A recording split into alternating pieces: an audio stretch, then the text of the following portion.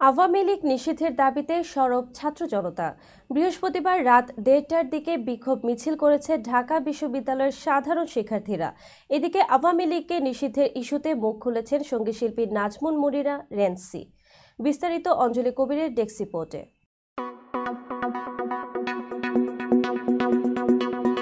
আওয়ামী লীগ নিষিদ্ধ করার দাবিতে ঢাকা বিশ্ববিদ্যালয়ের সাধারণ শিক্ষার্থীরা বিক্ষোভ মিছিল করেছে। বৃহস্পতিবার রাত ১:৩০টার দিকে তারা এই মিছিল বের করে, যা সামাজিক যোগাযোগ মাধ্যমে ব্যাপক আলোচনার সৃষ্টি করেছে। এদিকে আওয়ামী লীগকে নিষিদ্ধ করার বিষয়ে মন্তব্য করেছেন সঙ্গীতশিল্পী নাজমুন মুনিরা ন্যান্সি। বৃহস্পতিবার তিনি তার ফেসবুক পেজে এক স্ট্যাটাসে লেখেন, আওয়ামী লীগ নিষিদ্ধ করার কিছু নেই। এই দল বহু আগেই বিলুপ্ত হয়ে নতুন নামকরণ করে মুজিব লীগ হয়ে গেছে।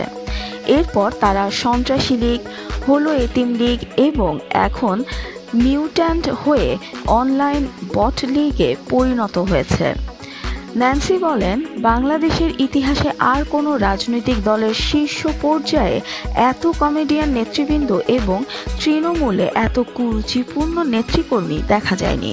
তিনি আরও বলেন, বিগত 10 বছরে হাসিনার নেতৃত্বে তার দলের শীর্ষ নেতাদের রাজনৈতিক শিষ্টাচার তলানিতে পৌঁছেছে। এদের পুনর্বাসন নয়, বরং রাজনৈতিক পাঠশালায় ভর্তি করে সরেও সরেয়া কক্ষ শেখানো উচিত। ন্যান্সির এই বক্তব্য দেশের রাজনৈতিক চিত্রে নতুন বিতর্কের সৃষ্টি করেছে। তার এই মন্তব্যের পর সামাজিক যোগাযোগ মাধ্যমে তীব্র প্রতিক্রিয়া দেখা গেছে।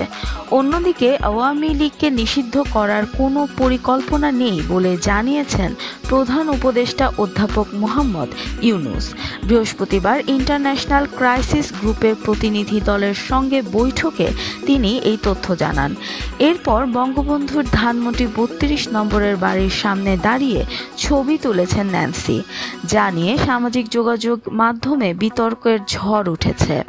গত ফেব্রুয়ারিতে বৈষম্য বিরোধী ছাত্র আন্দোলনের পর এই বাড়িতে ব্যাপক ভাঙচুর ও অগ্নিসংযোগ হয়েছিল। ন্যান্সি সেই ধ্বংসস্তূপের সামনে দাঁড়িয়ে ছবি তুলে ফেসবুকে প্রকাশ করেছেন।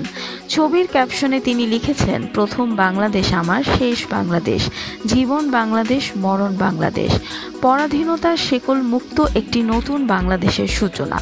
আরেকটি পোস্টে তিনি লিখেছেন, আমি এখন আছি সুখে, আগুন জ্বলুক খুনির দোসরদের বুকে, ঘুমাতে গেলাম।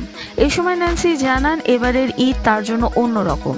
শেখ হাসিনা মুক্ত বাংলাদেশে তিনি নতুনভাবে কাজ করতে পারছেন এবং মামলার হয়রানি ছাড়াই চলাফেরা করতে পারছেন। দীর্ঘদিন ধরে বিএনপির সমর্থক হওয়ায় ন্যান্সি ছিলেন কোণঠাসা। তাকে দেখা যায়নি বড় কোনো অনুষ্ঠানে গান গাইতে। তবে এখন তিনি তার বক্তব্য স্পষ্টভাবে জানিয়ে দিয়েছেন এবং আওয়ামী লীগের বিরুদ্ধে একাধিকবার ক্ষোভ প্রকাশ করেছেন।